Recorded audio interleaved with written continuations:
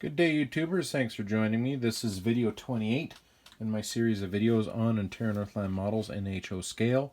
And today's video should be pretty short. We're just taking a look at the Athearn ready-to-run series of locomotives built since about 2008. So Athearn produced two different models of locomotives as part of their ready-to-run brand name. GP40-2s, road numbers 2201 and 2202, and those were built in 2008. I don't have any of those to show you. Instead, in my collection, I've got the Atlas-built GP40-2s, so I'm still looking to add an Athearn unit to my collection here one day. But I do have a GP38-2, road number 1809. They also produced road number 1800 and 1801, and those would have been built in around 2011. This is just a DC model here, just giving her a quick run up and down the tracks to show you what her running characteristics are like. Somewhat typical of what I'm used to seeing from Athearn locomotives anyway, that are 10 or more years old. You know, she's a decent runner.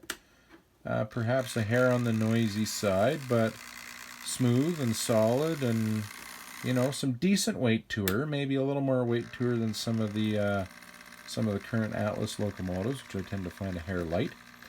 So nothing wrong to this by any degree. You know, back in the mid to late 2000s, again, there had not been a lot that had still been made for Athearn Northland, so we were pretty happy to have something that was available off the shelf and ready to run.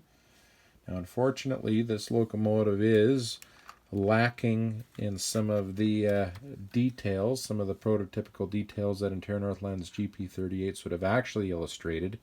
This is probably a more typical American GP38-2 card body as opposed to something that would have been manufactured out of London, Ontario.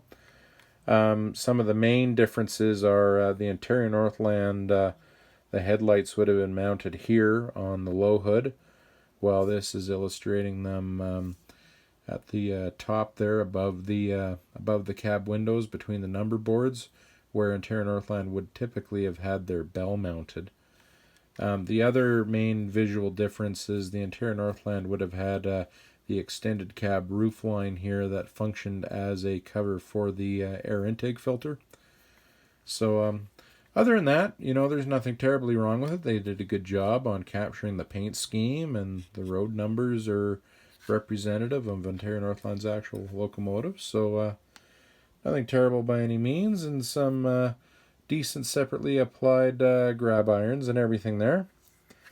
So I will leave it for there. I wanted to go ahead and look at the SD75s, as you can see in the background there, in a subsequent video, so that this one wasn't too terribly long. So thank you again, and look forward to having you enjoy another one of my videos. Thank you.